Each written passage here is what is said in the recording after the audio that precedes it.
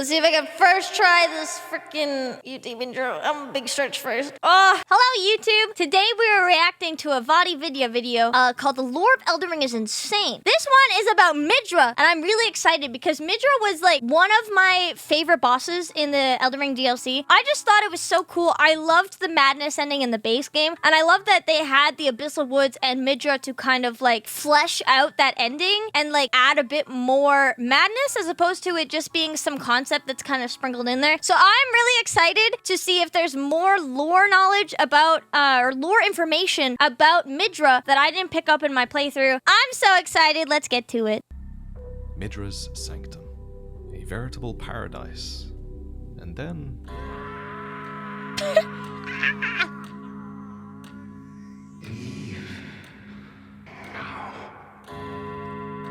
Leave now. Closer. No, closer, I say. I love this so much. It's so cool. What happened here? The map for this place now refers to it as an abyss, a place mired in frenzy, forbidden by the horn scent. Interestingly, the word the Japanese use to describe this place is naraka, which essentially is the Buddhist hell. They're describing this place as a world of great suffering, torture, and torment. But before this, it was a sanctum, a private hideaway for the sage Midra and other horn scent. Yeah, it was so pretty. Midra himself has no visible horns, yet I'd still consider him to be one of the horn scent's brethren. After all, many of his fellows have horns. His manse was built with spiral pillars, and spirals are an important symbol to the horn scent, and he presumably observed horn scent customs at the church in the sanctum, which itself bears divine beast iconography. Oh, I didn't even notice that. That said, the church is about as far away from Midra's manse as can be in this place. So perhaps religion wasn't so important to those in the sanctum, geographically isolated as they were from the rest of the realm. Indeed, in contrast to the deep spirituality that we witness in other horn-scent domains, I'd argue that Midra's manse was uniquely a place of discussion and learning. For example, countless books once adorned these bookshelves, and as per this site of grace, the manse once had a discussion hall where knowledge could have been shared. Interesting. Not to mention, Midra is renowned as a great sage, a title that could only belong to a man who was profoundly wise. But when we arrive at the manse, most books aren't on their shelves. Instead, in most cases, they're in piles and have been burned, seemingly deliberately. Oh my god. So, who did this? I just thought that oh my god, my cat is blocking my tracking. This is not the time, kitten. I'm learning lore here. I just thought that the books were in a mess. I didn't realize that they were like all charred and burned. That is so interesting. If I had to guess, I think it might have been the Horn-Scent Inquisitors. As we'll get into later, the Horn-Scent Inquisitors were a powerful force that invaded Midra's sanctum to stamp out the frenzy that had taken root here, and they do carry live flames which enable their fire breath attacks. I don't know why. I thought they worked for Midra, and they were like just people that worked there. I didn't realize they invaded, and maybe that was just me overlooking it. So if books were being intentionally burned in this place of learning, then maybe it was for a reason. Maybe Midra and this remote sect of curious horn-scent discovered something that they shouldn't have. Maybe they discovered the knowledge that led to frenzy. But is there an overlap between frenzy and knowledge in Elden Ring? Well, let me try and argue that there is, using Bloodborne as an analog. Bloodborne mention! Bloodborne mention! Bloodborne mention! Frenzy in Elden Ring is largely synonymous with frenzy in Bloodborne. The systems share a name, status mechanics, and both games now even have frenzy-inducing enemies. I knew they looked similar! Called Winter Lanterns. In terms of lore, though, they're a little bit different. In Bloodborne, frenzy is the symptom that afflicts those who acquire incomprehensible knowledge or insight about the world, sending them mad as a result. Whereas in Elden Ring, frenzy more commonly crops up in those who experience severe suffering and despair, and with their eyes aflame, they share that frenzy with others. That said, I still think that suffering and despair in Elden Ring does reveal a somewhat eldritch truth about the world. Namely, that suffering and despair are this intrinsic part of the world's order on a cosmic level. Look at Marika's minor Erd tree that she left behind in her village, for example. It is only the kindness of gold, without order, which, like many other things, seems to suggest that order cannot exist without suffering and despair. So, I don't think it's a stretch to think that Midra and the Hornsent of the Manse, dedicated to learning and discussion, could have stumbled upon such a disturbing truth about the world, especially since that truth has to do with the three fingers and the two, and there's evidence that the denizens of the Manse were surreptitiously researching the fingers. Behind a portrait of Midra are three odd shapes with orange cloth draped over them, and underneath are fingers.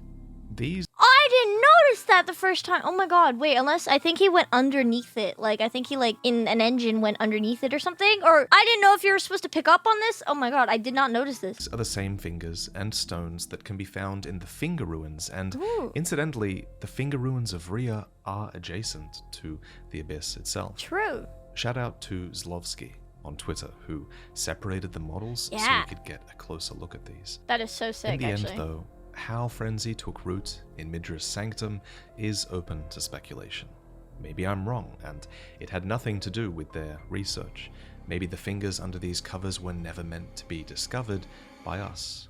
Or maybe the frenzy of Midra's Manse had more to do with the woman in this portrait, who stands over Midra with a curious smile. Yeah, that's We'll get into Naya, that I think, more right? later. But first, later. what is frenzy? What eldritch truth does it reveal, and what does that have to do with the fingers?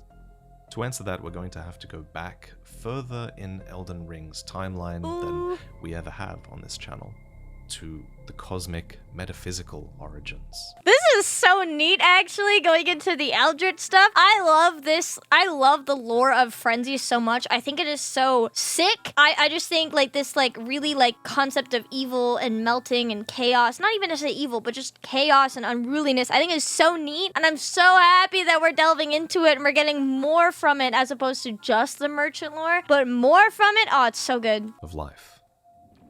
This is so neat. The mistake? Damn. All that there is came from the one great. Then came fractures, and births, and souls. But the greater will made a mistake. Torment, despair, affliction, every sin, every curse, every one born of the mistake. And so, what was borrowed must be returned, melted all away with the yellow chaos flame, until all is one again. God, I love it These so words much. were spoken by Hayata, finger maiden of the three fingers, who divines their words. Let's break these lines down. So, everything in the world of Elden Ring is said to have come from the One Great. The One Great is essentially the beginning, a unified whole. It is the universe condensed as one. Kind of like the Big But then, Bang? a few lines later, Hayata mentions a greater will that made a mistake. And she doesn't say the One Great made a mistake, she says the greater will made a mistake. Ooh. Almost as if the greater will is the One Great. And I think it is. Kind of. Perhaps it's more accurate to say that the One Great had a greater will. Because if the One Great is a collective, then the greater will could have been the dominant part of its intent. Its greater will, so to speak. Yeah, that makes And I'm sense. saying this in the past tense here because at some point there was a moment of fracture, a veritable Big Bang. where Yeah! The One Great was no more, but Big Bang. the greater will remained. This moment is called a cosmic rupture in the DLC by Count Emir, who says that Ooh. long ago we began as stardust, born of a great rupture far across the skies. We too are children of the greater will. So life had essentially been created. I'll be honest, I think I skipped past a lot of his dialogue because he yapped so much. I just wanted the next map pieces. That is very cool that he kind of like references what Hayata says. Very neat. In many worlds, possibly. But to give order to its children in the lands between, specifically, the Greater Will first sent down Meta, the mother of the Two Fingers, and then the Elden Ring. While we learn from the remembrance of the Mother of Fingers that Meta was the mother of all Two Fingers and Finger Creepers, it says nothing about her being the mother of the Three Fingers. Thus, I think that when the One Great fractured, the Greater Will and its desire for order wasn't the only thing that was created. Frenzy and a desire for chaos was split off entirely. This is a separate part of the One Great that believes fracture was a mistake and that regression is the only path forward. This frenzied part of the One Great is called an Outer God, as per Miquella's Needle. So, as such, like the Greater Will, the Miquella's Needle, if you don't remember, if you hug the Three Fingers and you get you're locked into the Frenzied Flame ending. If you do, I believe, Millicent's quest and all of that stuff, and then you kill Millennia, and then you interact with her bloom at the end with the Gold Needle, and then you use it in Placidusax Arena, it gets rid of the Frenzy. So then you're warding off the Outer God. So that's how the Frenzy is referred to as an Outer God. It also has its envoys. 3 fingers, not 2. And the fact that its envoys are 3 fingers is likely no coincidence. 2 plus 3 equals a 5-fingered hand, thus, I think 3 fingers being envoys sends a powerful message.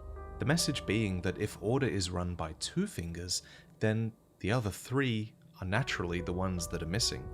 Of course, this is just speculation. I just realized the 2 fingers kind of looks like, I don't know if it's just because they're meant to be like old and decrepit fingers, but it kind of looks like there's 2 gashes on the side here, right here and right here. And it kind of looks like there could have been other fingers coming off of it, but it got chopped off. I don't think that's true, but it just kind of looks neat. But I like to think that the 3 fingers are kind of a revelation in and of themselves. It sends the message that once all was a part of the One Great, the 3 fingers and the 2. Unlike the 2 fingers, the 3 fingers are free to tell us their truth, that there was a mistake in the fracturing of things long ago, and that under the branches of order, life now divides and distinguishes, leading to torment, despair, affliction, sins, and curses. And so they believe the only solution is to melt everything away with the yellow chaos flame until all is one again. I want to quickly talk about the nature of the One Great and the Greater Will, because there have been some revelations revealed by Elden Ring's DLC, and one of them is that the Greater Will both is and inhabits a lightless abyss, as is depicted by the empty space in Count Emir's headpiece. Circular design at the top represents the Greater Will and its lightless abyss, imparting increased intelligence and arcane. Ooh, okay. Now, this is going to sound contradictory, and of course this is all just speculative territory on a cosmic level, but I think somehow the birth of everything might have come from a void, the Greater Will's void. Astel, natural born of the void, is one such example of this happening, after all. Because of this bastard of the stars, we know that life can come from a void. So, I forgot about him! Oh my god, that makes so much sense. So, if a void is a clue to the Greater Will's nature, then maybe a void is also what the One Great was, and inhabited. And so, perhaps it's no coincidence then that when Frenzy burns something, it burns it away to nothingness. That's why Torrent's afraid. Great void. That's why Torrent is afraid of the Abyssal Woods. You can't ride Torrent because the Frenzy actually kills spirits, which would actually send them back completely to the void and not just to being a spirit. Because if you kill something that's like alive, they become a spirit, whatever. If you kill a spirit, it actually dies. And that's why you can't ride Torrent in the Abyssal Woods, because the Frenzy can actually kill him. Makes so much sense. Damnation of Midra. In the gravesite plane, we come across countless spirit gravestones, which are gravestones that have started to turn into spirits, fitting for a land where all manners of death drift. These stones, if crafted together, with a swollen grape create a surging frenzied flame, an item which violently spits frenzy like butter in a hot pan. Its description reads, "Spirits are eternal, and yet frenzied flame melts them away."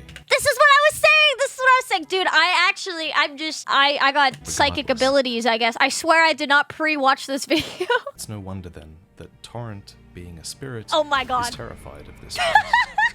Naturally, too, the Hornsent, whose culture revolves around spirits, forbid the flame's use. That makes so much sense. To stamp it out, at some point they would send an order of inquisitors. Okay, then that's why they invade and purge Midra. Midra's sanctum. Yeah, that makes sense. Though, apparently, the fact frenzy is forbidden hasn't stopped the one who invented this consumable.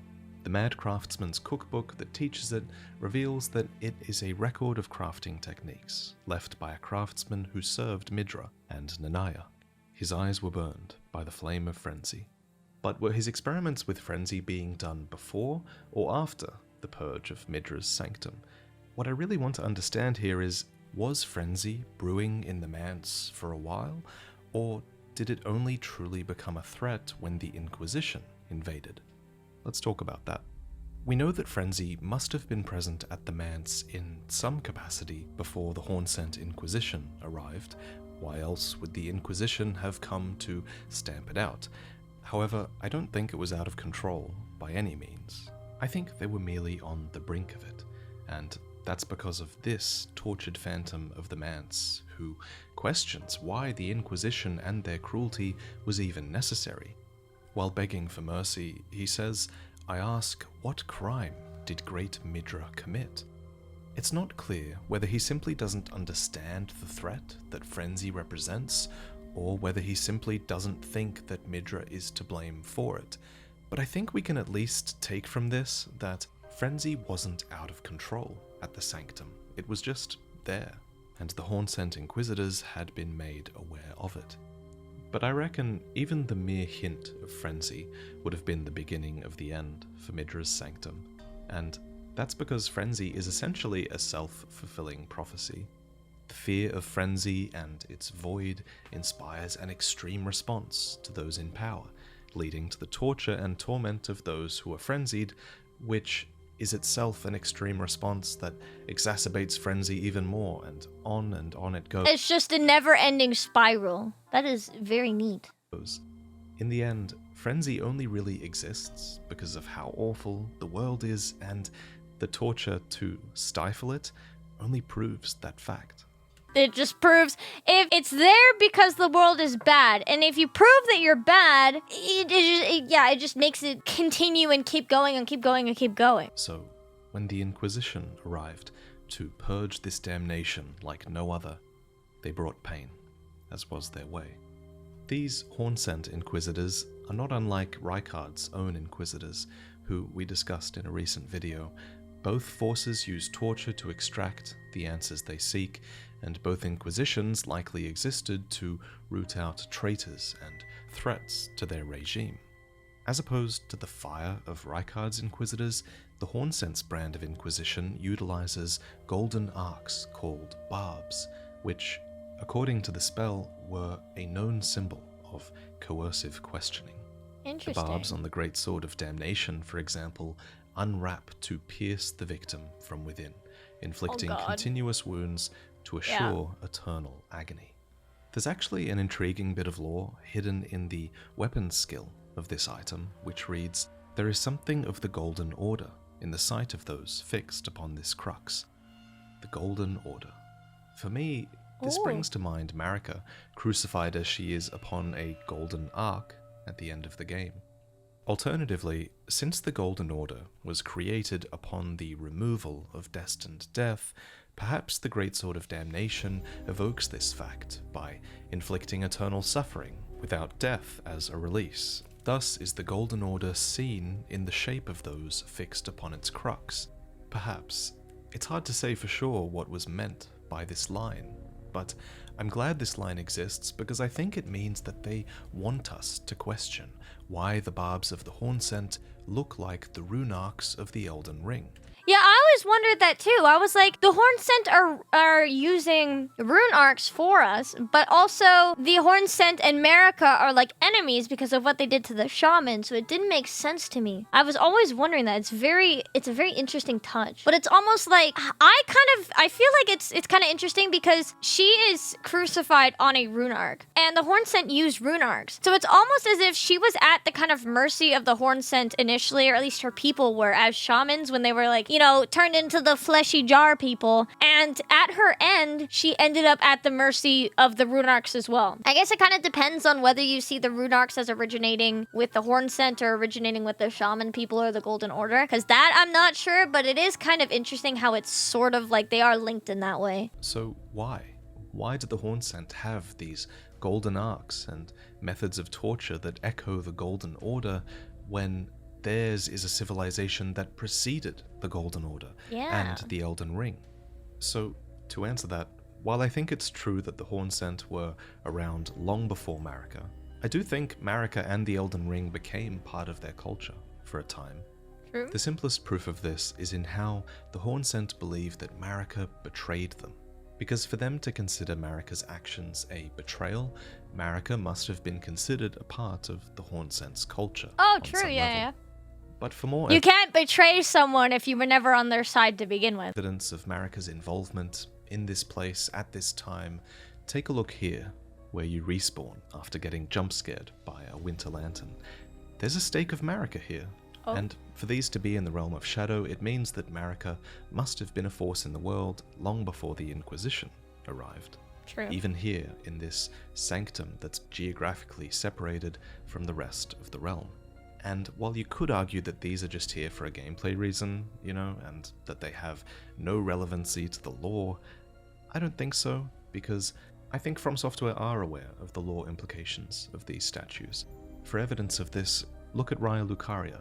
This is a place where Marika would have been unwelcome, and so there are no stakes of Marika at all here. Are there actually? I actually never realized that, because I was, just like he said, a lot of people think it's for a gameplay reason. I was about to say, oh, well, it's probably for a gameplay reason because you fight these winter lanterns and they probably don't want to make you run through the Abyssal Woods all over again because it's a new enemy type. They're probably going to be nice and give you a stake of Marika. But if that's true, that there's no stakes in Raya Lucaria, which I never actually realized, but now that I'm starting to think about it, I think he's actually right, because I can't think of a stake right now in Raya Lucaria. Like, actually, now that I'm thinking about it, I can. And that would make so much sense for lore reason, because she wasn't welcome. Because, you know, it wasn't Marika, it was Radagon that was with Renala. That is so interesting. Okay. All of this is to say that torture was ingrained in the Golden Order, be it via the Hornsent's Inquisitors, or Rykard's Inquisitors, or the Elden Beast itself. Order requires enforcement, it seems. Remember, Marika's minor Erdtree has taught us that there is kindness without order, and therefore that there is cruelty with it. And so, even though such torture exacerbates frenzy, it was the institutionalized way forward for the Hornsent, who, as we know from other parts of the lore, were a race that definitely had no issues persecuting their own brethren. The tortured phantom we mentioned earlier laments, "I beg you stop, haven't I taken enough? Are we not brethren, common in our line? And yet you offer only cruelty." Here in this sanctum, where frenzy was taking root, the Hornsent brought their full strength to bear. But perhaps the place should have been left alone, for the results of the Inquisition were mixed, to say the least. Clearly, the Inquisition wasn't prepared to handle the answers it found, and many Inquisitors have become frenzied in the Abyssal Woods, revealing new attacks of Frenzy Flame. Yep, Interestingly, they went crazy one spell they themselves. channel is Frenzied Burst, which has a description that talks about how every single person who attempted to control the flame of frenzy succumbed to madness after a desperate internal struggle. This is the same incantation that Vike uses, and it might be a reflection of his own struggle with madness. The fact that this incantation exists is called a meager victory over frenzy, and this is why I think the Inquisitors fought hard before succumbing to the frenzy. Perhaps this first-hand witnessing of the despair that was coming as a result of their own torture touched them, Or perhaps they fell victim to the aging untouchables, the Winter Lanterns, who we'll talk about more later. The forest is now truly the most horrific part of the Sanctum, in my opinion, not the manse itself.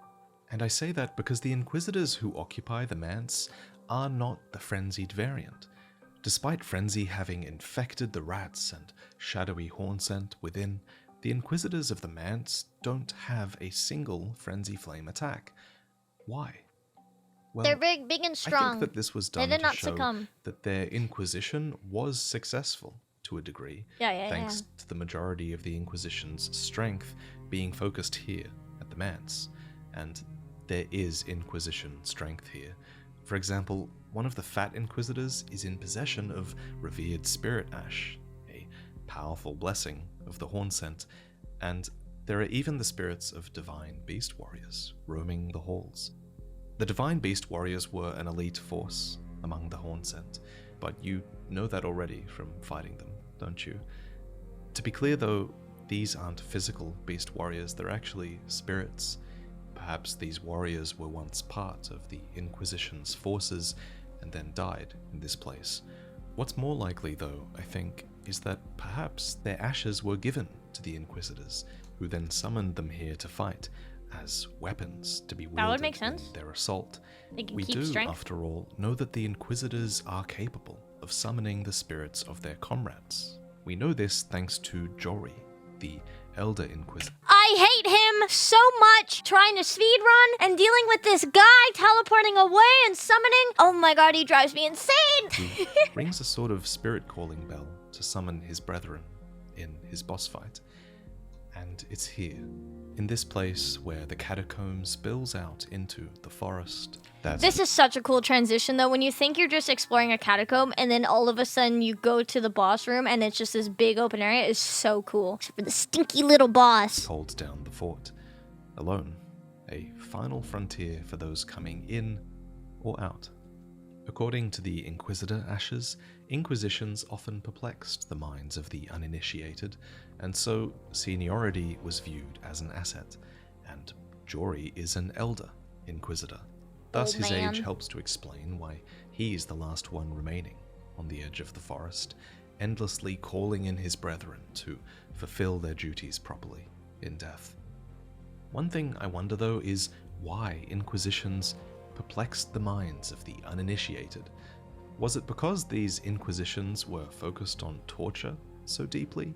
Could newer inductees not understand or fathom why they were performing these terrible rites? We do know from the Caterpillar Mask that doubt about the terrible rites that they were performing was a thing and that they had to intentionally ward this away, so perhaps this torture inflicted via the Inquisitions caused a similar sort of doubt. Whatever the case, to an extent, the Horn-Scent efforts here were successful. The books were burned, the manse was stifled. And on that note, I want to talk about the 10 figures that are bound Yes, oh my god, outside this the is manse. so interesting. There's not much information on these guys, I think, just but if there. I had to guess, I'd say that these 10 were Midra's associates, who were bound and executed outside the manse. They're somewhat similar warning? garb to Midra's, and also the gold protruding from their necks might be an indication of that. This, plus the fact that they're just facing away from the manse, strikes me as a warning for those in the forest to stay away That's from what the I manse, thought. which Midra's executioners have now laid claim to. And speaking of execution, as a result of the Inquisition's invasion, Midra himself accepted the Great Sword of Damnation and pledged to endure their eternal punishment, warning others to stay away from him, lest they succumb. But I don't think that this was a true victory for the Inquisitors, because in reality, while Midra endured, the frenzy was ripening within him. It was just building and building and building because, again, it's a never-ending spiral of pain leading to frenzy and madness leading to more pain, and he's in pain constantly, and then all of a sudden he just yanks it out and becomes actually just goated super cool. And one day, it would be a fruit fit to burst. I love his boss All design according so to much. plan. He's so cool. Perhaps. According to plan, perhaps? Nanaya? We don't actually know much about her. Despite evidence of the Inquisition's victory in this place, frenzy is entrenched pretty deeply, now at least. The very earth is scarred, and even the animals are afflicted. Even the originally multicolored flowers of this place have changed to be colored by frenzy, and one particularly inventive perfumer has clearly used these to create the Frenzy Flame perfume. It's clear that frenzy is ripening here, and I think that most of it came as a result of the Inquisition itself. There's a curious enemy in this place that I think supports this idea. Madding The Hand? Madding Hand. Yeah. It's a human NPC whose namesake is a weapon, a glove stitched together from the flayed skin of the victims of a butcherous bloodbath. It's skin? Dude, I just thought it was... Oh my god, I've never looked up close at this thing. That's nasty. It was forged of an unyielding black impulse towards revenge, fostered in those who were hunted down as heretics by their own brethren. So, the heretics in this description would have been the horn-scent denizens of the sanctum, and their brethren who hunted them down would have been the horn-scent inquisitors. And now, the heretics' desire for revenge has been stitched together into a hand made of their flayed skin. Now, I was originally going to suggest that the Madding Hand himself skinned these victims to create this glove, but since the Tooth Whip exists and it was used by the Hornscent, it's possible that the flaying was just a part of the Hornscent torture of these heretics. Either way, this Madding Hand has taken it upon himself to fight on the heretics' frenzied behalf. So who is he? Well, he's actually wearing the Gravebird's black quill armor. He's clearly Mr. Worldwide because he's bald, right? Which is an item that's cast in the image of the Gravebird, which is a gravekeeper golem that's linked to mausoleums and to the process of burning death in ghost flame. So, given that lore, you'd think then that this is a man that is linked to the ancient processes of death, and indeed he's actually physically very close to the Darklight catacombs that brought you here, and catacombs traditionally do employ a lot of ghost flame processes in them. True? So Smart. that's kind of where the facts end on this guy and where speculation begins. For example, given the armor, perhaps he was a defender of the local catacomb who got swept up in or witnessed the Hornscent's purge. Or considering the stitched hand that represents the heretic's desire for revenge, perhaps he now wishes to aid the frenzied of the forest. And do we think the blindfold could be related to frenzy? Yes. It certainly matches Did he take his eyes? Hayata's fashion, so Maybe. there's something going on there, I think. Maybe blindfolds better enable one to envision the nothingness brought about by frenzy. Curious to hear what you guys think. I think the blindfold is a nod to DS3. I can't remember if Dark Souls 1 Firekeeper also has it because she always ends up in that cage in Firelink and then she dies and then I never get a good look at her. But Dark Souls 3, the Firekeeper, she has the mask on her eyes. And if I remember correctly, you can get an ending where you end up finding Firekeeper eyes after you beat Champion Gundyr in the little secret area behind Osiris. And I feel like you can find Firekeeper eyes, and they don't have their eyes so that they can... I don't remember the exact reason why they don't have eyes, or they're blind or whatever, and I can't remember exactly. My DS3 lore probably needs some touching up on. But I do know that they wear a mask, and I always thought that the whole blindfold thing for the frenzy was kind of a nod to it. Obviously, there isn't a frenzy mechanic in Dark Souls 3, but I know that they, Hayata, when you feed her the eyes or whatever, she sees the light. And every time you feed her an eye, the light grows bigger and she feels more connected with the three fingers up until like the very end where she sees everything. And I feel like it's similar. At least in my brain, my theory is that it's kind of similar because in Dark Souls 3, they want to be in touch with the flame and stuff, and whatever. And then it's like enlightenment or whatever, so then they cover their eyes. I don't know. You guys can let me know in the comments if you guys have any theories, or you can correct me on some stuff that I might have gotten wrong. But that's kind kind of my theory. I feel like it's like cool little subtle Easter egg sort of nod to Dark Souls 3. Of course, none of this is fact, it's just my take on the guy. But of course, the real threat in the forest isn't the Madding Hand. It's the Winter Lanterns, the aging untouchables, whose Old people. presence is heralded by the Winter Lantern flies. These are winged Oh, they're literally called Winter Lantern flies. I just thought we were like yoinking Bloodborne terminology. insects carrying a dangling That's so grape. cool. And upon Winter Lantern seeing fly. these, the wise know to stay well clear. Turn back while you are yet able. Don't let it see you. Once you are seen, there is no escape. That is so cool. I These love messages those are messages. useful, but the most useful note of all is a page ripped from a diary and found in the manse. It reads, "I touched him, but only once. When he thrust his staff in my face, I brushed it aside. It was then that I touched it, the aging untouchable." You can parry them! Lore-wise, it's hard to know who wrote this note, but since it's a page ripped from a diary, you'd think then that this would have been written by a resident of the manse, who were known for their bookkeeping. What's more, this page is burned, just like all the other books. Therefore, this record was likely written before the Inquisition came through here. So it is that I think this aging untouchable that the note writes about might have existed in the forest before the Inquisition arrived. That makes sense. The author of this note even sketched a picture of its likeness. To be clear, I'm only talking about one aging untouchable here. The diary only mentions one of them, and so do the winter lantern flies, which are insects that herald the aging untouchable's approach. On seeing these, it reads, "The wise know to stay well clear." And that's the best way to combat frenzy, right? To leave it alone.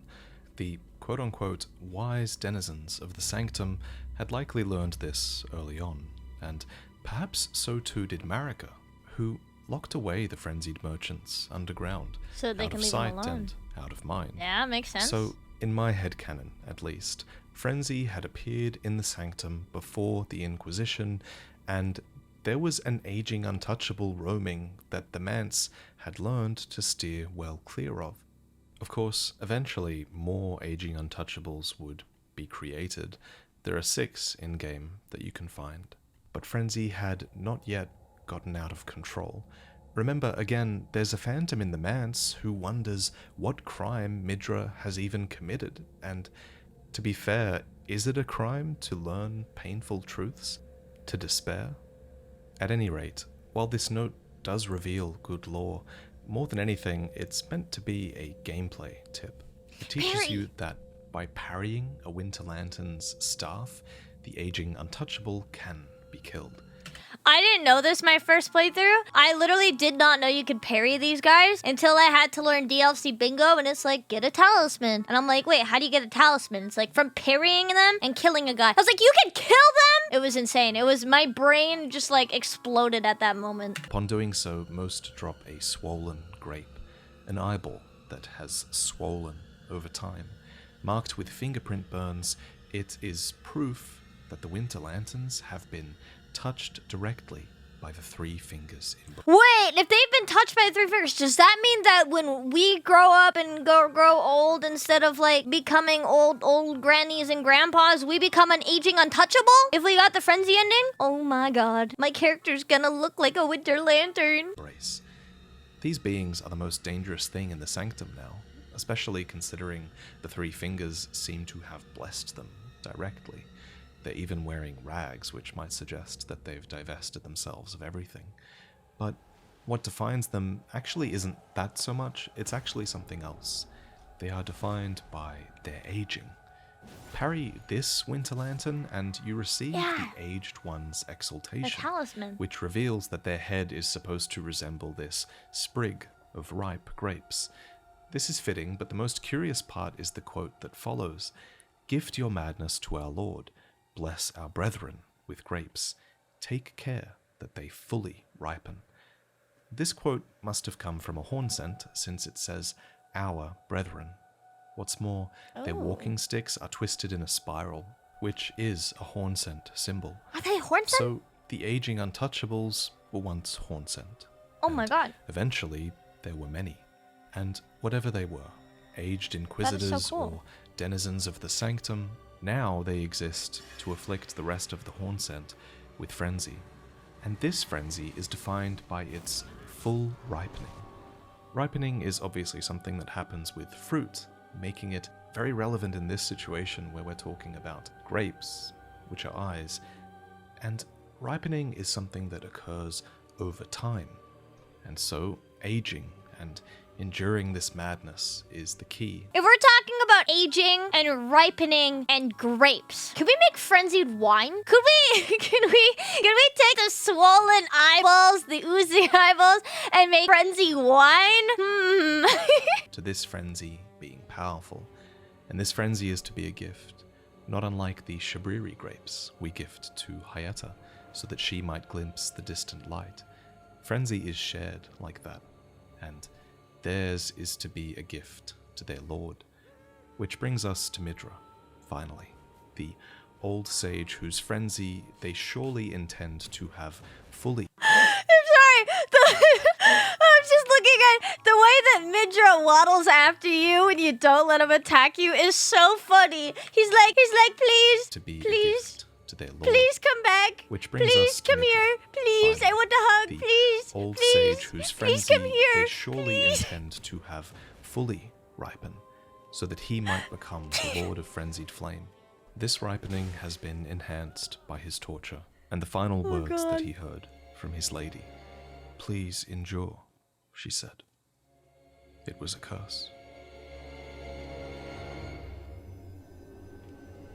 Nanaya. I want to know more about her. Because all I know about her is you get like a torch that's like Nanaya's torch or something. I don't know if it's actually called Nanaya's torch. But you get it like a torch and it talks about how she was his lady or whatever. I think she was his maiden. That's what at least I thought. I thought that Midra was like an Elden Lord candidate and she was the maiden, but then he got the frenzied ending and whatever. That's kind of what I thought. I'm not sure if that's still what's actually happening. But that was kind of all that I thought I knew about Nanaya, so I'm very excited.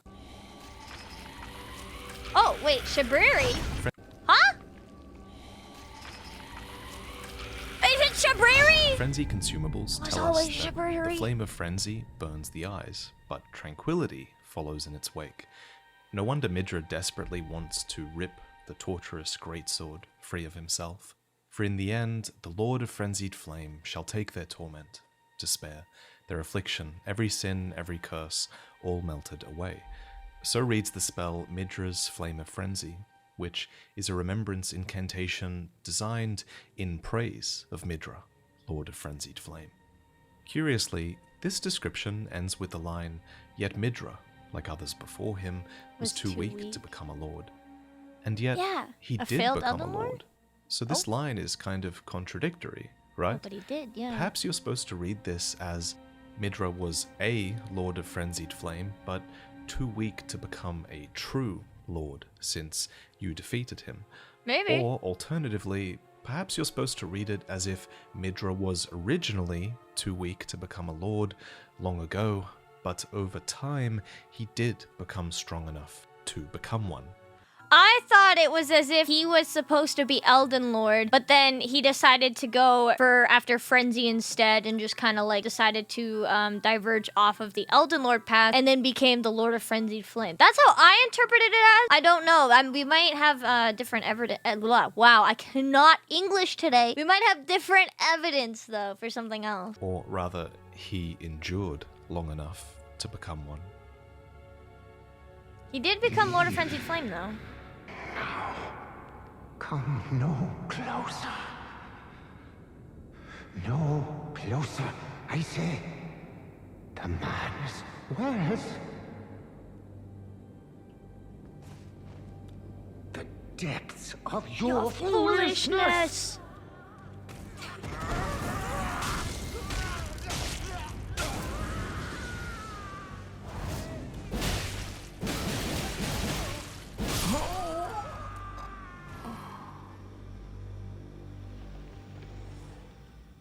God, I love this cutscene. That's so cool. I have endured more than enough. This is so metal, dude. Ah! It's I so ask cool. you forgive me, dearest Nanaya. From this dialogue, we learn a few things. One is that Midra genuinely sees the madness as a curse, and is worried about what it could do to others. Thus, he warns you to stay away. True. Two is that he genuinely cares about his lady, who he calls dearest Nanaya.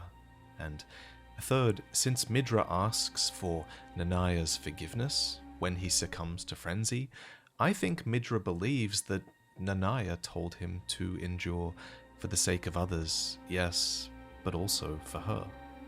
So, this maiden essentially wants Midra to suffer in righteous hardship for the one that he loves. Now, where have we heard that before? If you are prepared to show resolve and attain lordship through righteous hardship, then heed the words of I, Shabriri. I forgot that he said that! Oh my god, I forgot there was that whole dialogue with Shabriri in the mountaintops with Yura. Oh my lord. Your flesh will serve as kindling, Yeah, burn And the yourself girl. instead of your maiden. can be spared, setting you on the righteous path of lordship. So let's discuss the idea, the theory that Nanaya told Midra to endure specifically so that the frenzy could ripen within him. And then let's discuss the theory that she told him to do this because Nanaya is Shabriri.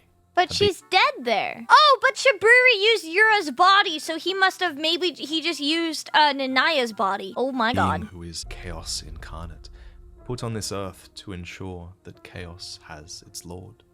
In the base game, we learn that Shabriri is a sort of skinwalker, someone who has the ability to inhabit the bodies of others, in his case, after they die, as he does with Yura, someone who is close to us.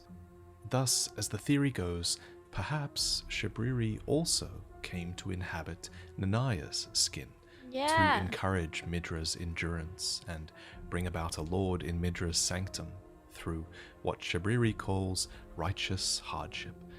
This wouldn't be the first time that Shabriri has attempted such a thing. It wouldn't even be the second. The player character is encouraged to embrace frenzy, to spare the life of their maiden, and so was Vike, the Tarnished who came Right? close I to remember becoming Vike. Elden Lord. We have an entire Prepare to Cry episode on Vike's story that explains him and all the characters associated with Frenzy, so check that out after this if you need a recap, but We did react to this one, so if you guys missed this video, we did react to this video. It was very good. I really enjoyed it. let me quickly read you one item description now that will succinctly explain Vike's story for anyone who doesn't know. The fingerprint armor states, "No other Tarnished was closer to the throne of the Elden Lord than Vike, but without announcement, Vike travelled far below the capital and was scorched by the flame of frenzy. Did he make his choice for his maiden, or did some other force lure him with suggestion?" Since Shabriri advocates for us becoming the Lord of Frenzied Flame in the context of saving our maiden, burning in the Fell God's flame, I'd argue that Shabriri did the same with Vike, who would have been faced with the same choice. And with Midra, The one interesting thing about Vike, though, is Vike has the fingerprints on his armor. He didn't take his armor off like you're supposed to, and I wonder if that messed him up. It might have, and I might be just misremembering something I've already heard before, but that is an interesting detail I noticed. It's very cool, though, because you can see the fingerprints on his armor. being yet another potential Lord of Frenzied Flame, who would also do anything for his maiden, we've established a pretty significant trend in how Shabriri might be using these three characters. It makes a lot of In sense, regards actually. to Midra's character specifically, the name Nanaya could be a reference to the goddess of love from Mesopotamian folklore. It's a name that carries connotations of sensuality and charm, things that would definitely help to explain why Midra might have been so enraptured by her. And as one last piece of evidence for the theory that Nanaya might be inhabited by Shabriri, take a look at the Shabriri's Woe talisman, which was made in Shabriri's disturbing likeness. It states the corners of his mouth are upturned in an almost flirtatious manner.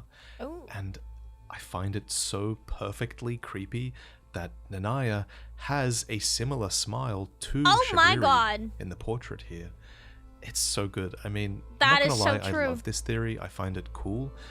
And admittedly, the rule of cool might be affecting how strongly I advocate for this The theory. rule So of you should cool. keep that in mind when listening to me.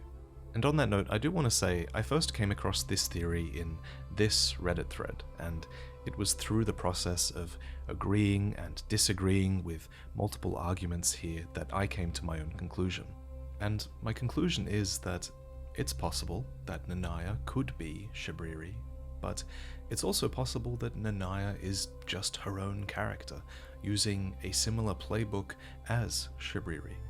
Either way, though, in my eyes, Nanaya Thing is Nanaya, if Shabriri inhabits deceased bodies, the both of them could be true at the same time. She could have been her own person who bonded with Midra, and like, you know, maybe they fell in love, or maybe she served him, or whatever. She could have been her own person, and then maybe she passed, and then Shabriri would have taken over her, and maybe she passed without Midra's knowledge, so then the transition was seamless, and maybe Midra was none the wiser, or maybe Midra just overlooked it because his loved one was now back to him. So both of them could be true. She could have been her own person before Shabriri. And then Shabriri took over. Or maybe Shabriri never took over. But it could definitely still be both of them, I would think. Nanaya is still a chilling, manipulative character who cursed Midra to endure very intentionally. But there are definitely a few ways to interpret Nanaya as a character, and I'd encourage you to come to your own conclusion on this as well. For example, another interpretation might be that instead of being literally Shabriri, Nanaya could instead parallel Hyetta, another sort of skinwalker in the base game who, seemingly unintentionally, occupies Arena's flesh. In her story, Hyetta fulfills the role of Finger Maiden for you in the Frenzy storyline, except she's the maiden to the 3 fingers, not the 2, and maybe Nanaya was a sort of maiden to Midra, albeit a more manipulative one. And as another alternative interpretation, I guess you could argue that Nanaya isn't an advocate for Frenzy at all, but I reckon it'd be hard to do personally.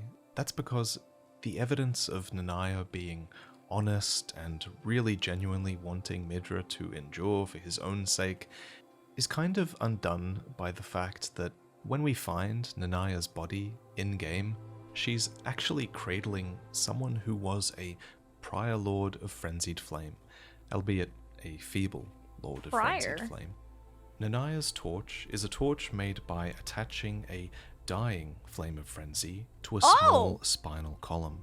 Now, this English description... I didn't realize that it was a spine. I think I grabbed this torch and then never touched it because I don't use torches in Souls games. That is so neat. Oh my god. Yeah, because it would be somebody's head, but it's like dying, attached to the spinal column, because Midra's head turns into the ball of frenzy, and so do we when we get the ending. Kind of makes it sound like it was a crafted item. Oh, maybe it's crafted. Frenzy being attached to the spine. But the Japanese description makes no such claims, and indeed, the frenzy at the tip of the spine simply reflects, I think, one who was a past Lord of Frenzied Flame, since such lords always have their spines culminate in a frenzied void. Yeah. Anyway, the description goes on to read that, in a distant land, in an age long past, was born a man who failed to become the Lord of Frenzied Flame. All that remains of him is cradled gently by all that remains of him. So this would be somebody's actual remains. Nanaya. This description notes that the feeble Lord of Frenzied Flame existed in a distant land and an age long past. Now, one interpretation of that is that the realm of shadow itself is that distant land in question, and that a Lord of Frenzied Flame rose here long ago, even before Midra. Alternatively, you might interpret the distant land as being distant from the lands between entirely, and that the feeble lord's remains were carried here, maybe by Nanaya. It's kind of up to you. What is clear though is that there were other aspiring lords of frenzy before Midra. yet all of them were too weak. And surely for Nanaya to cradle this feeble lord so tenderly suggests a connection between her and the lord. Therefore, I feel like Nanaya She's been has around to longer. have some malintent here with Midra, right? I mean, she's literally sitting in his chair, cradling a prior lord's feeble remains. And since Midra is worried about the frenzy spreading, I don't think he'd be too happy about her holding this torch. True. Not to mention, torches light the way ahead, so symbolically she's having her path ahead lit by frenzy. Now, I've seen some speculation that this spine belongs to Nanaya's child. The main arguments that I've read are that the spine is specifically defined as small and that Nanaya cradles it affectionately. But just because Nanaya cradles something doesn't mean it's definitively her child. To me, this just reveals that she has affection and perhaps pity for the subject. What's more, the spine being described as small to me is an indication that it belongs to a feeble lord, not that it's literally a child's spine. Indeed, the spine is quite large and is described as having belonged to a man. Okay, but could this have been her adult child then, who failed to become a Lord of Frenzied Flame long ago? Maybe. And she could just be cradling their remains. And I mean, I guess you can't rule it out. But then some people insist that this was Midra's child, because Nanaya has her hand over her stomach in the portrait here, a pose that some believe suggests that she was pregnant at the time her portrait was taken. For this to be true, the child would have had to grow up in the sanctum and then succumb to frenzy and then fail to become a lord. But that's a lot of history for the sanctum to have had, so you'd think surely such history would have been mentioned in the lore if it had happened. So while I think Also these true. theories are compelling, I don't subscribe to them personally. I believe that We might not subscribe to that theory, but you know what you guys can subscribe to? You guys can subscribe to the YouTube channel down below if you're not already and like the video. Okay, thanks, bye. Shameless plug, teehee. Nanaya did have a history with a feeble lord long ago. But to me, since she has such clear, sinister intent in telling Midra to endure, I'm not sure that she can be this well-intentioned mother. And the idea of her being an advocate for the frenzied flame and still giving birth rubs me the wrong way as well, because birth is kind of a sticking point for those who advocate for frenzied flame. Birth is about like the two fingers. The two finger is lives and births, right? I believe, and then the frenzy just wants it all to melt down. So giving birth would kind of be in like the opposite of what the frenzy would want. In the base game, Hayata is euphoric at the idea of no more fracture and no more birth. Yeah. So if you believe that Nanaya is aligned with frenzy, then birth probably isn't too high on her agenda. God, I love Midra's theme So in the background. in the end, So good. Nanaya's character continues to pose so many questions, like where was the distant land that her torch alludes to? What age long past featured this feeble, frenzied lord? Nanaya wears spiraling clothing and hair in the style of the horn scent, but is she their brethren or is she pretending? Did she truly bring frenzy to the manse? Did she slander the sanctum and bring the Inquisition? Did she bring about the aging untouchables with the goal of creating a new, ripened lord? So many questions and so much uncertainty, and yet I'm sure that the intriguing character of Nanaya will become an enduring mystery for the lore community for years to come, and that is always fun. Before Very I move fun. on, She's look very at your cool. walls. Would they look better with some artwork there? So right now, Displate have a deal where if you Oh my buy God. with the link in the Vike is so description, cool. you can get 22% off if you buy 1 or 2 Displates, or 33% off if you buy more than 3. I have a store full of Displate art, and the newest print is this one, Skyward Swords by Anato Finstark, a print that was previously Patreon exclusive, so now it's available on Displate for the first time. Displate are these metal prints that use a magnet mounting system, and they're so easy to hang on a wall. The prints are excellent quality, and they've just been a steadfast sponsor of this channel. So if you're enjoying this video, please consider picking one up for yourself. And remember, if you buy 3, it's even cheaper. Regardless, thank you for listening. Let's get back to the video. On the topic of Midra's endurance, one observation I was so happy to come across was this tweet by Lil Church Law, who comments on some assets extracted by Zlovsky II. These 2 accounts are great follows, by the way. Church notes that Midra wears a brooch adorned with green jewels, which in FromSoft games commonly means that it increases your stamina. So he can endure they longer. Argue, for Midra, maybe these helped in fortifying his quote-unquote endurance. Bro, he looks like he is actually a little scrawny zombie. He definitely needs the endurance help. In Elden Ring specifically, the jewels are Viridian Amber. The Viridian Amber medallion +3 actually is found very close by in the Darklight Catacombs, so the idea that Midra might have had access to this fortifying resource is a good little theory, for sure. Anyway, let's conclude.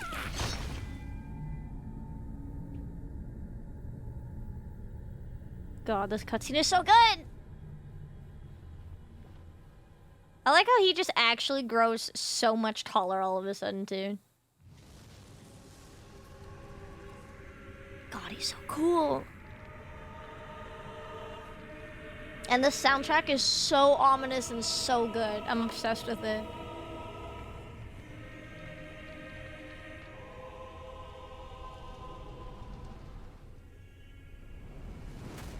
Oh, it's so good. It's so good.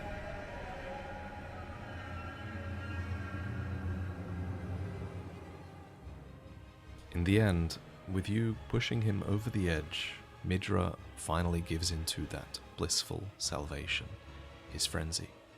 But it's not enough, and his ripening was all for naught.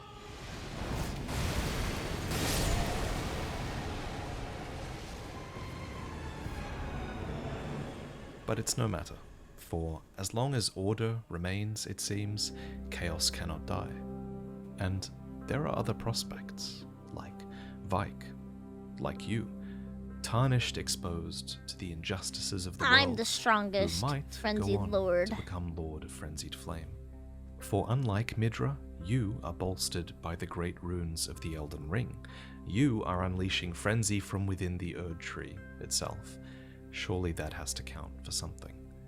Though, even then, this ending might not strictly be the end. For Melina believed in the beauty of the world that you burned down, despite its flaws. So, Melina, holding fast to Torrent's whistle, promises to deliver you a destined death. I need Melina to hunt us down. This ending of the cutscene feels so unfinished. I need more. I need to know what she's gonna do to me. It's so, it's so neat because we keep her alive and we do a good thing, but she vows to hunt us down and give us destined death because she's so mad at us. And I need more from it. I need more. As Torrent burns away, his screams echoing in the distance. He was afraid for good reason. Thank you for watching. I never realized the first time when I did this ending too that you kill Torrent. I didn't realize until after the DLC that you kill Torrent in this. And I love the ending, but now there's this heart-wrenching pain, like, no, my boy. But it's okay because it's really cool and metal and cool, but Thank you guys for watching that video. That was really good. I love lore so much, and Vadi always does an amazing job. So please, if you haven't checked out Vadi before, please go do so and show him some support because these videos are amazing. I love them so much. That was so neat. I love the frenzy stuff. If you guys are new here, please don't forget to hit that like and subscribe button if you want to see more. Click the bell icon. If you want to be kept notified of all of my uploads, feel free to check out the VOD channel. And if you want to catch me live, I stream over on Twitch, so please go check that out down below as well. Thank you for watching. Take care. Bye-bye.